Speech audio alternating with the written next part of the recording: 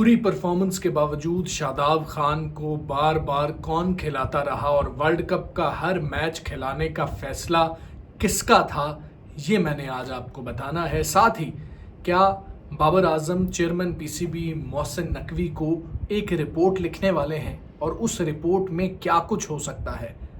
Resign करने की बातें हो रही हैं। रिज़ाइन कौन सी ऐसी शख्सियत है जो कर सकती है, रिज़ाइन वो करेगी या उससे रिज़ाइन मांग लिया गया है, ये भी मैं आपको बताऊंगा। साथ ही बाबर और रिजवान के साथ सेंट्रल कॉन्ट्रैक्ट में क्या कुछ ऊपर नीचे होने वाला है, इस पर भी बात करेंगे। तो सबसे पहले इस पर बात करते हैं कि शादाब खान को बार बार कौन खिलाता रहा। अब बहुत सी बातें हुई, बाबर को यही कहा गया कि जी बाबर दोस्ती यारी गैंग जो है उसको परवान चढ़ा रहा है और सिर्फ अपने दोस्ती यारी गैंग के लोगों को ही खिलाता है। इस पर शादाब के हवाले से बहुत ज़्यादा सवालात थे, लेकिन जब बात हुई अज़हर महमूद के साथ और वहाब रियाज के साथ, अब उनसे पूछा गया है ये कि क्या बाबर चाहते थे कि हर मैच शादाब खान खेले। उनकी इंग्लैंड में परफॉर्मेंस अच्छी नहीं थी, आयरलैंड में परफॉर्मेंस अच्छी नहीं थी, ठीक है, पीएसएल के वो बेहतरीन ऑलराउंडर थे, तो फिर क्या बाबर को किसी ने नहीं रोका कि वो शादाब खान को ड्रॉप कर दें। जिस पे अज़हर महमूद जो कि असिस्टेंट कोच हैं, उन्होंने ये कहा कि ये सबका मुत्तफिका फैसला था कि शादाब खान को खिलाया जाएगा। ये मेरा भी फैसला था, ये बाकी टीम मैनेजमेंट का भी फैसला था। उसकी रीज़न ये है कि शादाब खान से बेहतर ऑप्शन हमें नज़र ही नहीं आ रही थी और इसलिए हमने फैसला किया कि शादाब खान को खिलाना है। जिसकी एक मिसाल ये है कि बाबर के बाद सबसे ज़्यादा रन जो स्कोर किए यूएसए के मैच में वो शादाब ने ही स्कोर किए और साथ शादाब की बॉलिंग अच्छी नहीं जा रही थी, लेकिन हम उससे 1-2 ओवर्स करवा सकते थे और फिर जब वेस्ट इंडीज़ या कैरेबियन पिचेस पर आपने जाना था तो वहाँ पर शादाब आपको हेल्प कर सकते थे। यूएसए की पिचेस पर देखा जाए तो स्पिनर्स ने किसी भी टीम में हो हेल्प नहीं किया है। वहाब रियाज से जब पूछा गया कि जी कौन खिलाता रहा, तो उन्होंने कहा कि हम सब मिलकर ये खिलाते रहे और ये हमारा फैसला था कि हमने शादाब को खिलाना है। हमारे बैटर्स परफॉर्म नहीं कर रहे थे, ऐसी सूरत हाल में हमारे पास बेहतरीन ऑलराउंडर की जो ऑप्शन मौजूद थी वो शादाब खान की ही थी, इसलिए शादाब खान को हर मैच खिलाया गया। इसमें गैरी किस्टन का भी डिसीजन था कि शादाब को खिलाया जाएगा, वहाब रियाज का भी डिसीजन था कि खिलाया जाएगा, अज़हर महमूद का भी डिसीजन था कि खिलाया जाएगा और बाबर का भी फिर डिसीजन था कि शादाब को ड्रॉप नहीं किया जाएगा। और साथ उन्होंने उल्टा सवाल कर दिया कि आप बताएं कि जो स्क्वाड मौजूद था उसमें शादाब को ड्रॉप करके किसको खिलाया जा सकता था। शादाब की जगह कोई शख्स पुर नहीं कर रहा था, इसलिए शादाब को खिलाया गया। फिर उसामा मीर की बात होती है तो उसामा मीर का भी सवाल हुआ।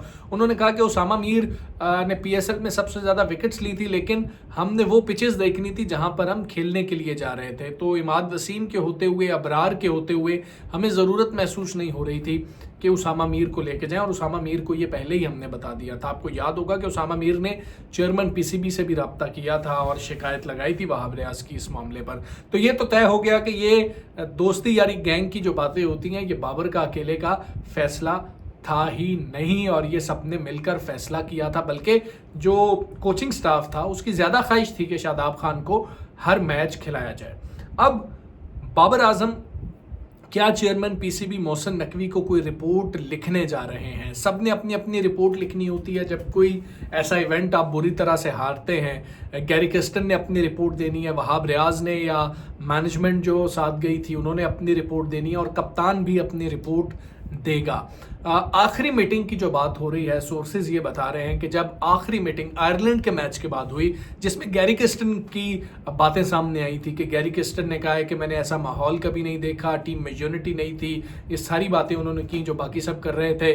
तो उस मीटिंग के हवाले से बताया जा रहा है कि उस मीटिंग में 3 लोगों ने बातचीत की। वहाब रियाज ने की, वहाब रियाज ने भी कुछ ऐसी बात ही की, गैरी किस्टन ने की और आखिर में बाबर आजम ने बात की। और बाबर आजम इतने अग्रेसिव नज़र नहीं आते हैं जितना बताया जा रहा है कि उस मीटिंग में थे। और बाबर ने कहा कि मुझे पता है कौन कौन क्या क्या बातें कर रहा था, मुझे पता है कि किस तरीके से परफॉर्मेंस दी गई है, हम डिज़र्व ही नहीं करते थे कि हम आगे जाएं और ये सारी बातें कोई ना समझे कि मैं जानता नहीं हूँ कि क्या हो रहा था। मुझे सब पता है कि क्या हो रहा था, मैंने टीम खिलानी थी और वो खिलाई है, लेकिन हमने ऐसी परफॉर्मेंस नहीं दी कि हम जो हैं आगे चले जाते। उन्होंने जो एक जुमला कोट हो रहा है वो ये हो रहा है कि मैं बच्चा नहीं हूँ, मुझे सब पता है, I am not a kid, मुझे सब पता है कि क्या होता रहा। तो इस तरह की बातचीत के बाद जो रिपोर्ट बाबर आजम की जानिब से दी जाएगी। अच्छा, एक और इंटरेस्टिंग चीज़ ये है कि आगे से कोई भी नहीं बोला, कोई सीनियर खिलाड़ी, कोई जूनियर खिलाड़ी, किसी ने कोई बात नहीं की। और इसके बाद आप टूर ख़त्म हो रहा था।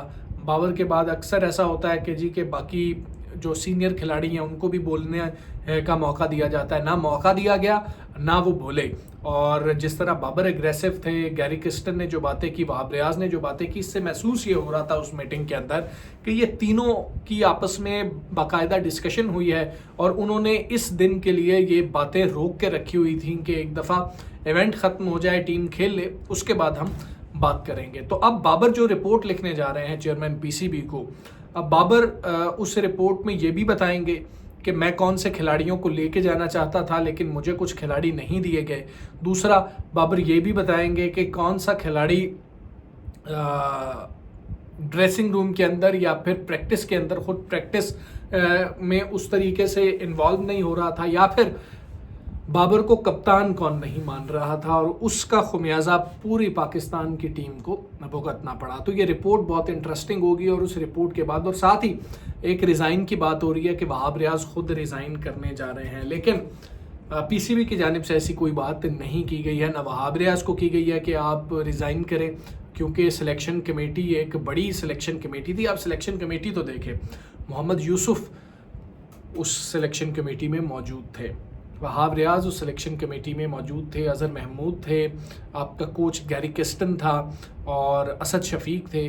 खिलाड़ी बेहतरीन थे जिन्होंने ये टीम सेलेक्ट की थी। और सिलेक्शन कमेटी को इतना ज़्यादा, इतने अजहान पहले हम सिलेक्शन कमेटी में नहीं देखते थे। एक बंदा होता था जो रीजनल कोचेस के साथ बैठ के या सिलेक्टर्स के साथ बैठ के ये फैसला कर दिया करता था।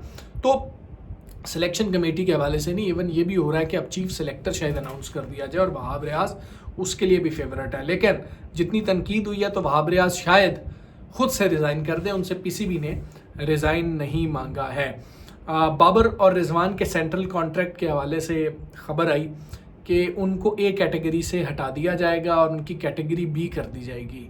तो ए कैटेगरी में किसको रखेंगे? जो टॉप स्कोरर है आपका तीनों फॉर्मेट्स के अंदर, उसको अगर आप निकाल देंगे तो आप किसको रखेंगे? पीसीबी ने ऐसा कोई फैसला नहीं किया कि बाबर का सेंट्रल कॉन्ट्रैक्ट के अंदर जो है उसका बी कैटेगरी कर दी जाएगी। बाबर सबसे सीनियर प्लेयर हैं, सबसे बेहतरीन प्लेयर हैं और ऐसा मैसेज बिल्कुल नहीं जाने वाला है कि बाबर को सेंट्रल कॉन्ट्रैक्ट में नीचे कर दिया जाए। रिजवान के हवाले से बात हो रही है कि टेस्ट में उनको ड्रॉप किया जाए और उसके बाद एक नया विकेट कीपर भी मुकाबले में लेके आया जाए। आजम खान की कोशिश की लेकिन अब आजम खान पर रिलाई नहीं किया जाएगा। हारिस को बुलाया गया है, लेकिन हारिस ठीक है, सब कह रहे हैं कि हारिस बहुत एग्रेसिव है, लेकिन बहुत एग्रेसिव के साथ आपकी टेक्निक भी अच्छी होना बहुत ज़रूरी है और आपको सिचुएशन को समझना भी बहुत ज़्यादा ज़रूरी है। ऐसे मौके पर डोमेस्टिक में आपके पास जो विकेट कीपर्स हैं उनके देखना होगा कि उनमें से किसको बुलाया जाता है। मोहम्मद हुरैरा को भी अब बुला लिया गया है जो बैट्समैन हैं,